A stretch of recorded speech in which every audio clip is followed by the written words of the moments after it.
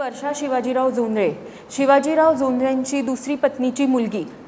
माझे वडिलांची जी पहिली पत्नी होती वैशाली जोंधळे, त्यांची मुलं सागर जोंधळे व देवेंद्र जोंधळे ह्यांच्यासोबत मागच्या 20 ते 25 वर्षापासून त्यांचे बिलकुल पटत नव्हते.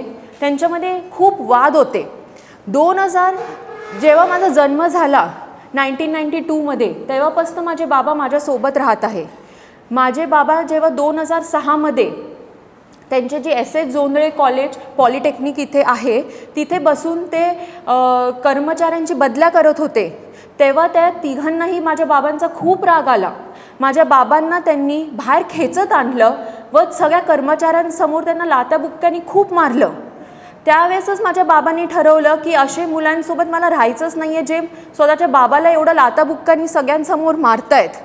म्हणून त्यांनी त्यावेळेस ठरवलं की मी आता या फर्स्ट फॅमिलीसोबत काही नातं ठेवणार नाही आणि मी त्या कॉलेजमध्ये पण कधी पाऊल ठेवणार नाही.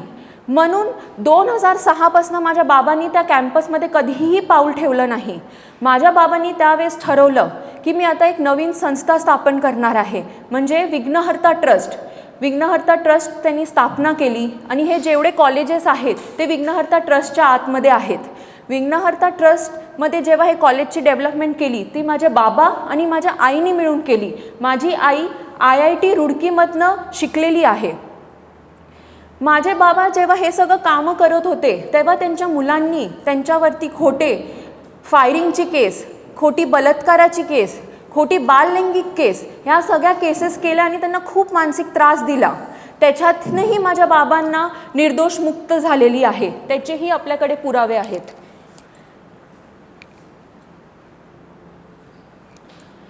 माझे बाबा ते लोक एवढ्यातच नाही थांबले, तर जे समर्थ समाजमध्ये माझे बाबा प्रेसिडेंट होते तेव्हा त्यांनी ठरवलं की आपल्या हे प्रेसिडेंट पदापासून शिवाजीराव जोंधळेंना काढून टाकायचं. म्हणून त्यांनी एक खोटी प्रोसिडिंग बुक बनवली.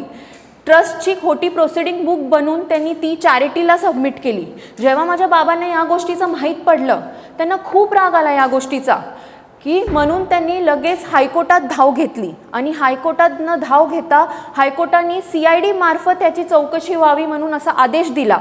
CIDने जेव्हा पूर्ण चौकशी केली त्याच्या अंती त्याच्यात निघून आलं की त्यांनी फ्रॉड केला आहे आणि त्यांच्यावरती चार्जशीट ही दाखल झाली. ही ती चार्जशीट.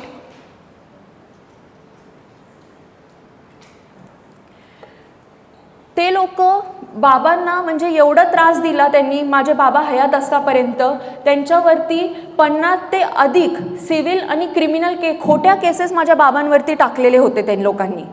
मग 2022मध्ये त्याचीही एक शॉर्ट समरी आहे ज्याच्यात लिहिलेलं आहे की माझ्या बाबांवरती त्यांनी किती केसेस, खोट्या केसेस, सिव्हिल आणि क्रिमिनल केसेस टाकलेले आहेत. मग 2022मध्ये माझ्या बाबांना लिव्हर कॅन्सर डिटेक्ट झाला. तेव्हा माहिती होतं माझ्या बाबांना की बाबा हयात असतानाच बाबांना किती ह्या लोकांनी छळलं आणि किती त्रास दिलाय. तर त्यांना माहिती होतं की त्यांचं काही बरं वाईट झालं तर ते माझ्या दुसऱ्या कुटुंबालाही जगून देणार नाही. म्हणून त्यांनी एक रजिस्टर्ड विल बनवली. ही ती रजिस्टर्ड विल आहे.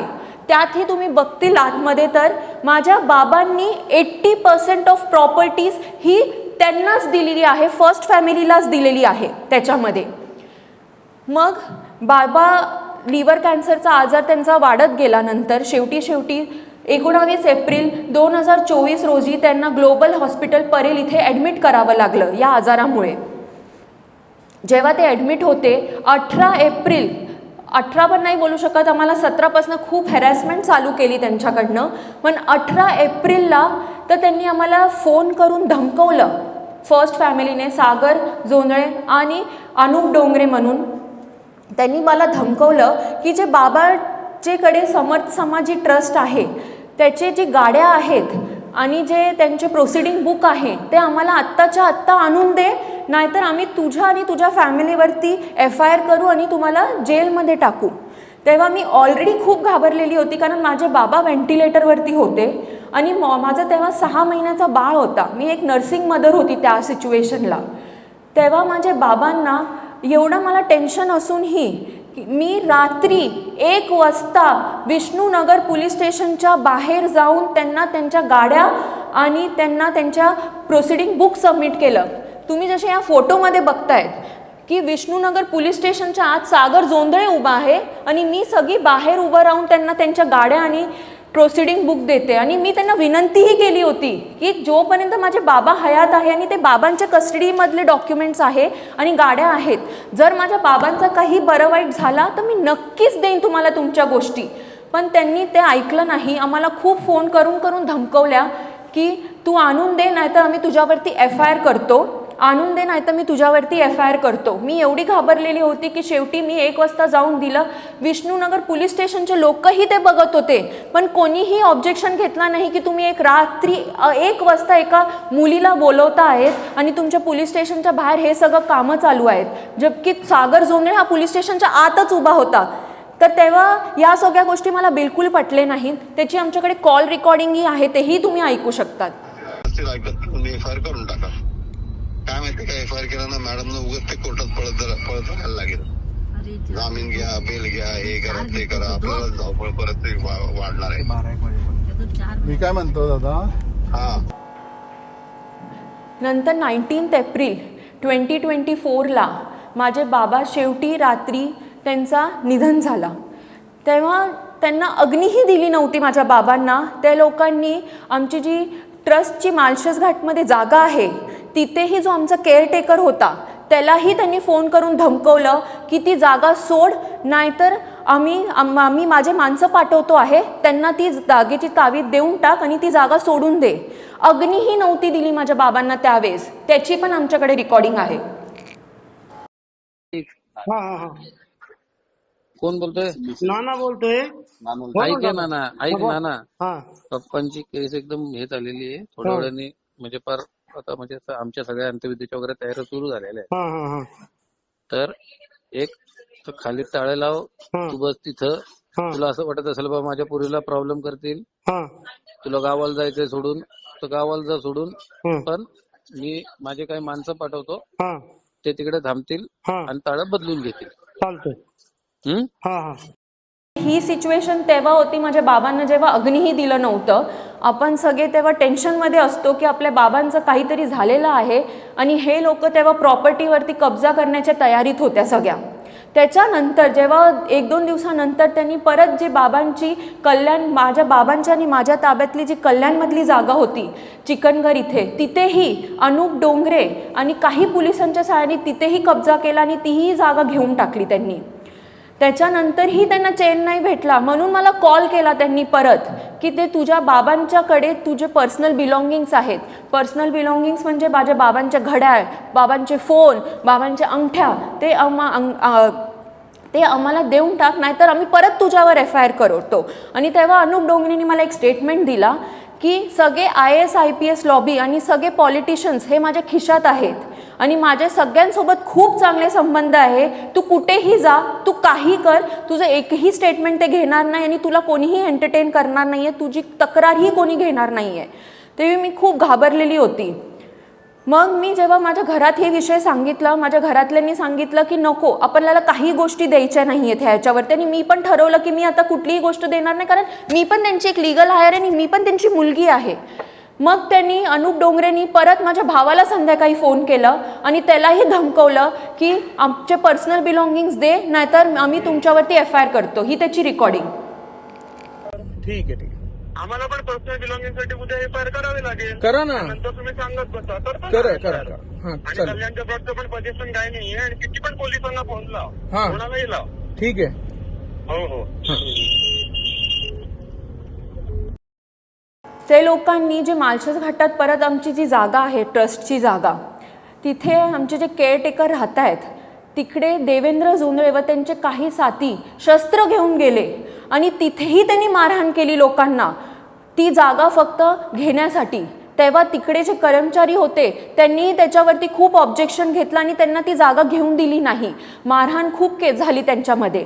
मग तेव्हा त्या कर्मचाऱ्या लोकांनी लगेच पोलिसांना कॉल केलं. पोलीस तिकडे आले आणि पोलिसांनीही त्यांच्यावरती FIR लॉन्च केली. FIR मध्ये देवेंद्र जोंधळे आणि त्यांचे काही साथी होते. जे त्यांचे जे साथी होते ते 4 ते 5 दिवस पोलीस स्टेशनमध्ये जेलमध्ये पण राहिलेले आहेत. ही त्याची FIRची कॉपी आहे. जेव्हा या सगळ्या गोष्टींमध्ये त्यांना माहीत पडलं की आपल्याला कुठलीही गोष्ट फिजिकली एवढा इझिली घेता येत नाही आहे, तेव्हा त्यांनी अनुप डोंगरे, वैशाली जोंधळे, सागर जोंधळे आणि देवेंद्र जोंधळे या सगळ्यांनी मिळून ठरवलं की आपण शिवाजीराव जोंधळे जे माझे बाबा आहेत त्यांची एक खोटी मृत्यूपत्र बनवायची, खोटी विल बनवायची. म्हणून त्याकरता त्यांनी एक XYZ पर्सनच्या नावाचं स्टॅम्प पेपर घेतला, 500 रुपयाचा स्टॅम्प पेपर घेतला आणि त्याच्यावरती त्यांना जी विल पाहिजे ती पूर्ण त्यांनी त्याच्यावरती प्रिंट केली आणि माझ्या बाबांच्या सगळ्या खोट्या सह्या मारल्या त्याच्यावरती आणि अंगठाही पुसट मारलेला आहे त्याच्यावरती. पूर्ण ह्याच्यामध्ये त्यांनी त्यांच्यावरती केलेल्या गोष्टी आहेत, अंगठाही पुसट आहे पूर्ण. मग हे जेव्हा मला माहीत पडलं तेव्हा मी हे लोकांनी ही जी विल आहे त्याचा वापर करून संगमनेरमध्ये जे जागा आहेत माझ्या बाबांच्या होत्या त्याच्यामध्येही त्यांनी 7 बारे बदलून घेतले या खोट्या विलच्या आधारित. हे 7 बारे आहे, शासनाची फसवणूक केली यांनी ह्या गोष्टींमध्ये. हे सगळे 7 बारे आहेत जे त्यांनी बदललेले आहेत. तेव्हा ह्या सगळ्या गोष्टी जेव्हा मला माहीत पडल्या तेव्हा मी ठरवलं की आता मी दबणार नाही आणि मी या गोष्टींच्या मुलापर्यंत जाणार आहे. म्हणून मी एका माझ्या कर्मचारीला या गोष्टीसाठी अपॉइंट केलं. त्यांना सांगितलं की जे नोटरी करणारे माणसं आहेत, ॲडव्होकेट डॉक्टर TC कौशिक जे फोर्टला बसतात, तुम्ही त्यांना भेटा आणि जरा माहिती काढा, त्यांच्यावरती आपण एक स्ट्रिंग ऑपरेशन करू. म्हणून त्यांनी पण मला मदत केली. त्यांनी एक पेपर घेऊन गेले ॲफिडेव्हिट करण्यासाठी, राहुल पाटील नावाचा. आता तुम्ही बघा, तो राहुल पाटीलचं त्यांनी ॲफिडेव्हिट केला 1 ऑक्टोबर 2024ला आणि त्याची डेथ झालेली आहे 2022 मध्येच. त्याचंही नोटरी आता करून कसं भेटू शकतात तुम्ही बघा. हे त्याचं डेथ सर्टिफिकेट आहे आणि ही त्याची नोटरी केलेली आहे 1 ऑक्टोबर 2024 आणि ते पण त्यांनी केवळ आणि केवळ 2000 रुपयासाठी ती नोटरी करून दिली. तेव्हा मला नक्की संशय झाला की जर TC कौशिक हा 2000 रुपयासाठी करू शकतो तर नक्कीच ह्यांनी माझ्या बाबांचीही खोटी विल बनवली आहे. म्हणून मी जे कर्मचारी अपॉइंट केलेले होते त्यांना मी सांगितलं की प्लीज तुम्ही जाऊन त्यांच्या जे 2 कर्मचारी आहेत त्यांच्यासोबत जे काम करतात त्यांना भेटा आणि त्यांच्याकडनं माहिती घ्या की माझ्या बाबांचं काय ह्यांनी केलेलं आहे.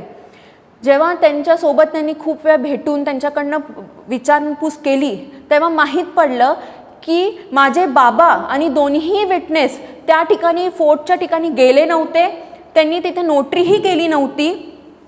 म्हणजे ते लोक गेले नव्हते तिथे आणि त्यांच्या गैरहजेरीमध्ये ॲडव्होकेट TC कौशिक ते फक्त आणि फक्त 15,000 रुपयासाठी नोटरी करून दिली. जेव्हा त्यांच्या दोन्ही कर्मचाऱ्यांनी त्यांना म्हटलं की साहेब हे खूप विलसारखी गोष्ट आहे आणि विलसारखी गोष्ट इझिली कोणीही नोटरी करत नाही तर तुम्ही करू नका, आपण ह्याच्यामध्ये फसून जाऊ. तर त्यांनी सांगितलं, TC कौशिकनी त्यांना सांगितलं की तू तुझं काम कर, आपल्याला पैसे भेटतात, आपल्याला अजून काही काय करायचं आहे. म्हणून त्यांनी ती नोटरीही करून दिली. पण तो माणूस एवढा घाबरलेला होता त्यावेळेस की पुढे जाऊन हे लोक कर्मचाऱ्यांनाच फसवतील. म्हणून त्याने एक फोटो काढून ठेवला ज्याच्यामध्ये तुम्ही बघतील त्या फोटोमध्ये की TC कौशिकची पण साईन आहे, ते पेपर नोटरी पण झालाय, पण विटनेसेसचे कुठेच सह्या नाही आहेत. ते विटनेसेसची जागाच पूर्ण ब्लँक आहे. म्हणजे ही गोष्ट ह्याच्यामधनं कळून येते की ही फॉर्ज्ड होती आणि विटनेसेसनी नंतर सह्या केलेल्या आहेत ह्याच्यावरती. जेव्हा ह्या सगळ्या गोष्टी माझ्या डोळ्यासमोर आल्या तेव्हा मी Bar Council of Maharashtra and Goa इथे अप्रोच केलं. Bar Council of Goa and महाराष्ट्रांना पण मी ह्या सगळ्या गोष्टी दाखवल्या, ह्या सगळ्या प्रूफ दिल्या त्यांना ह्या सगळ्या गोष्टींबद्दल. त्यांनीही त्यांच्यावरती ॲक्शन घेतली व TC कौशिक यांच्यावरती ॲक्शन घेऊन त्याचंही रिपोर्ट आहे आपल्याकडे. त्याच्यानंतर मी एक अजून प्रयत्न केले की मी जे बाबांची खोटी विल होती त्याची मी विचार केला की मी ह्याचे जे सह्या आहेत माझ्या बाबांचे त्याचेही मी फॉरेन्सिक टेस्ट करून बघते. त्याचं जेव्हा मी सह्यांच्या फॉरेन्सिक टेस्ट केल्या त्याच्यातही निघून आलं की ते माझ्या बाबांनी सह्या केलेल्याच नाही आहेत, ही साईन खोट्या आहेत. मग त्याच्यानंतर बाबांचा जो फोन होता तो माझ्याकडेच होता. त्यांचा जो फोन ते वापरत होते त्यावेळेस तर तो फोन माझ्याकडेच होता. म्हणून मी त्याचंही फॉरेन्सिक टेस्ट करण्यासाठी फॉरेन्सिक टीमला दिलं आणि त्यांना मी बोलली की ह्यांचं जिओ लोकेशन मला काढून द्या. ही विल झालेली आहे 13 मार्च 2024ला. तर मी सांगितलं की मला ह्याचंही करून द्या. म्हणून जेव्हा त्यांनी ते फॉरेन्सिक ह्याचं टेस्ट झालं, ह्याचेही रिपोर्ट्स आहेत सगळे, त्याच्यामध्ये निघून आलं की 13 मार्चला माझ्या बाबांची सिक्वेन्स होती याप्रमाणे. बाबा 11-11:30च्या दरम्यान डोंबिवलीवरनं निघाले आणि 12:48ला ते मुलुंडला आले. मुलुंडला जिथे मी राहते तिथेही त्यांच्या जे गेटवरती आमच्या मस्टर असतो तिथेही त्यांच्या गाडीची एंट्री आहे की ते मला भेटायला आलेले आहेत त्यावेळेस. मग ते मला भेटले आणि तेव्हा त्यांनी मला म्हटलं, 10-15 मिनटं मला भेटले आणि त्यांनी मला म्हटलं की माझी जी मुलगी आहे श्वेतांबरी जोंधळे, त्यांची फर्स्ट फॅमिलीचीच मुलगी त्यांना भेटून मी त्यांच्याकडनं जेवून येतो. म्हणून असं बोलून ते माझ्याकडनं 1च्या सुमारास निघाले आणि वडाळ्याला गेले तिच्याकडे जेवायला. वडाळ्याला ती पोचले असतीच अराऊंड 2च्या सुमारास. तिकडनं तर 3-3:15 परत निघाले तिकडनं जेवून आणि ते परत 3:30 पावणे 4 त्यांनी 4च्या दरम्यान ते परत मुलुंडला माझ्या लोकेशनवर आले. ह्याच्यामध्ये तुम्ही दिसतायत की ते माझ्या मुलासोबत खेळत आहे. म्हणून मी ॲक्च्युली ती फोटो काढली होती कारण ते माझ्या मुलासोबत खेळत आहेत. टाईम पण तुम्ही बघू शकता ह्याच्यामध्ये 4:04 13 मार्च 2024. तसंच ते निघताना माझे बाबा अराऊंड 5च्या सुमारास निघाले. ते पण ॲक्च्युली माझ्या बाळासोबत त्यांनी बाळा खेळत होता, त्यांच्यासोबत हसत होता म्हणून मी ती पण फोटो काढली. ती पण 13 मार्च 4:51ला ते माझ्या घरातनं निघाले आणि तिकडनं निघून ते लगेच डोंबिवलीला गेले आणि डोंबिवलीला त्यांची एक ट्रस्टची गाडी आली होती, त्याची ती पूजा करताय.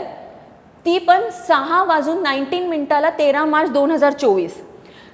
जे ह्या सगळ्यांनी स्टेटमेंटमध्ये सांगितलं आहे, सगळ्या गोष्टी आहेत की ते 3:30 ते 4च्या दरम्यान ह्या लोकांनी ही गोष्टीची नोटरी केली आणि 2 ते 2:30च्या दरम्यान जे फिटनेस सर्टिफिकेट लागतो विलला ते डॉक्टर अरुण भुते जे कुर्ल्याला असतात त्यांच्याकडनं काढलेली आहे त्यांनी ती. तर मला ह्याच्यामध्ये कळत नाही, जर ते 3:30 ते 4 वाजता माझ्याकडे, तर हे कसं पॉसिबल आहे की ते 4 वाजता फोर्टला असून ती विल नोटरी करतील आणि वडाळ्याला जेव्हा ते त्यावेळेस जेवतायत तर ते 2-2:30च्या सुमारास कधी ते कुर्ल्याला जातील आणि कधी जेवतील. तेच त्यांच्या जिओ लोकेशनमध्ये पण ह्याच सगळ्या लोकेशन्स आले आहेत. त्याच्यानंतर ह्या सगळ्या गोष्टी जेव्हा माझ्याकडे सगळ्या पुरावे इकट्ठा झाले, मी आझाद मैदान पोलीस स्टेशनला धाव घेतली आणि आझाद मैदान पोलीस स्टेशनला त्यांची कंप्लेंट केली. तर तक्रार केली मी 31 ऑक्टोबर 2024ला. मग सगळ्यांचे स्टेटमेंट झाले, सगळ्या प्रोसिजर केल्या, सगळ्या गोष्टी झाल्या. त्याच्यानंतर जेव्हा त्यांना माहीत पडलं की आता त्यांच्यावरती FIR होणार आहे, सागर जोंधळे, देवेंद्र जोंधळे, वैशाली जोंधळे आणि अनुप डोंगरे या लोकांना जेव्हा कळलं की ह्यांच्यावरती FIR होते, तेव्हा त्यांनी माननीय हायकोर्टात अप्रोच केलं की ही जी केस आहे ती विष्णुनगर पोलीस स्टेशन जिथे डोंबिवली इथे ट्रान्सफर करण्यात यावी. आता माझा पहिला प्रश्न हा असतो मग की त्यांनी विष्णुनगर पोलीस स्टेशनलाच का मागणी केली? कारण विष्णुनगर पोलीस स्टेशन हे डोंबिवलीमध्ये आहे आणि डोंबिवलीमध्ये ते कुठल्याही थरला जाऊन कुठल्याही गोष्टी मॅनेज करू शकतात आणि कसंही मॅनेज करू शकतात. म्हणून त्यांचं हे होतं की आम्हाला तिकडेच पाहिजे ती केस, म्हणून त्यासाठी त्यांनी माननीय हायकोर्टात अप्रोच केलं. माननीय हायकोर्टांनी पण ते फेटाळून काढलं आणि माननीय हायकोर्टांनी त्यांना म्हटलं की आरोपींना काय हक्क आहे बोलायचं की तुम्ही हे केस इथे ट्रान्सफर करा. म्हणून ती झाली नाही आणि माननीय हायकोर्टांनी पण पोलिसांना आदेश दिला की तुम्ही तुमची चौकशी चालू ठेवा. त्याच दिवशी रात्री 9 डिसेंबर 2024ला त्यांच्यावरती त्या सगळ्यांवरती FIR ही दाखल झालं. त्याच्यामध्ये सगळे जे आहेत ते सागर जोंधळे, देवेंद्र जोंधळे, वैशाली जोंधळे आणि जे विटनेसेस आहेत किशोर जोंधळे आणि चैतन्य बडवर आणि जे डॉक्टर होते ज्यांनी त्यांना मेडिकल सर्टिफिकेट दिला, डॉक्टर अरुण भुते आणि जे त्यांचे करणारे आहेत नोटरी करणारे ॲडव्होकेट डॉक्टर TC कौशिक आणि जे त्यांचे ॲडव्होकेट होते निलेश बडवर, या सगळ्यांवरती निलेश मांडगावकर ह्या सगळ्यांवरती FIR त्या दिवशी दाखल झाली. आता आणि हे सगळे जे आहेत ते पूर्ण कलम त्यांच्यावरती लागलेले आहेत. आता मी एवढ्या वेळपासून एक अनुप डोंगरे म्हणून नाव घेत होती. अनुप डोंगरे म्हणजे माझा बाबांचा तो PA होता. 10 ते 15 वर्षापासून तो माझ्या बाबांकडे होता जेव्हा माझे बाबा हयात होते तेव्हा. माझ्या बाबांनी ॲक्च्युली खूप चांगले सोशली पण आणि एज्युकेशनल वाईज पण माझ्या बाबांनी खूप मोठे मोठे कार्य केलेले आहेत. त्याच्यामुळे माझ्या बाबांचं IAS IPS लॉबी झाले, पॉलिटिशियन झाले, त्यांच्यासोबत खूप चांगले संबंध होते. आणि या गोष्टींमुळे तो PA असल्यामुळे माझ्या बाबांचा त्याचेही त्यांनी संबंध या सगळ्या लॉबींसोबत खूप चांगले करून घेतले. आणि माझ्या बाबा जेव्हा व्हेंटिलेटरवर गेले तो त्या क्षणी फर्स्ट फॅमिलीला जाऊन भेटला आणि त्यांनी आमची सगळ्या IAS IPS लॉबींकडे आमची खूप बदनामी केली. पॉलिटिशियन्स असू दे, सगळ्यांना, जेवढे पण हायर अथॉरिटीज आहे, आमची खूप बदनामी केली. आमच्याबद्दल त्यांना खूप मिसगाईड केलं. आणि अनुप डोंगरे जेव्हा माझे बाबा होते जिवंत तेव्हा तो वकिलांकडे जाऊन नेहमी एक गोष्ट बोलायचा, जी गोष्ट आम्हाला आत्ता माहीत पडली. आमचे वकील आम्हाला सांगतात की अनुप डोंगरे त्यांच्याकडे येऊन नेहमी म्हणायचा की ह्या जे 2 फॅमिली आहेत त्यांच्यामध्ये भांडण नेहमीच चालू राहायला पाहिजे. जर ह्यांचे भांडण थांबले तर आपले खिसे कसे भरणार. म्हणून त्यांनी खूप प्रयत्न केला की ह्यांचे कधी भांडणं थांबावे नाही आणि त्यांनी स्वतःचे खिसे भरून घेतले. तुम्ही इमॅजिन करू शकता, जेव्हा माझ्याकडे कामाला होता तो बाबांकडे, तेव्हा त्याची सॅलरी 15 ते 20 हजार रुपये असेल.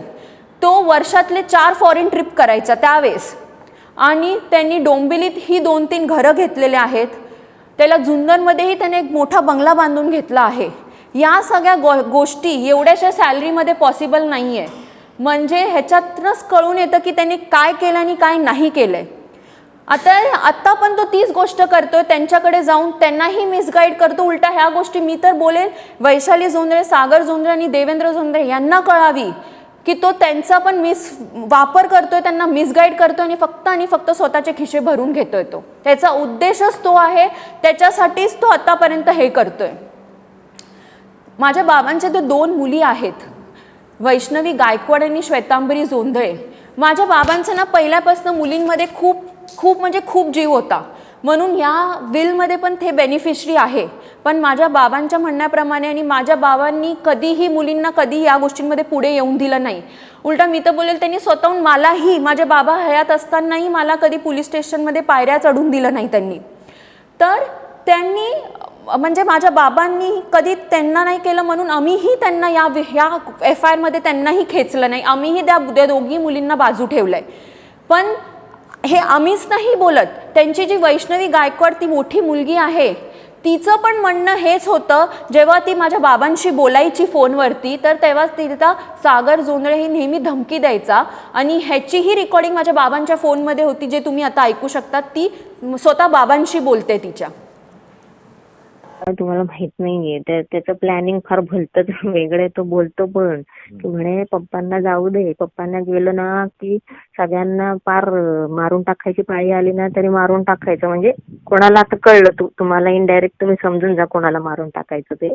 तर तो त्यांच्या सकट मलाही मारून टाकेल आणि तुम्ही म्हणजे मारून टाकून तुम्ही ज्याच्या कोणावर नाव केलं असेल ते सगळं स्वतःला बळकावून घ्यायचं.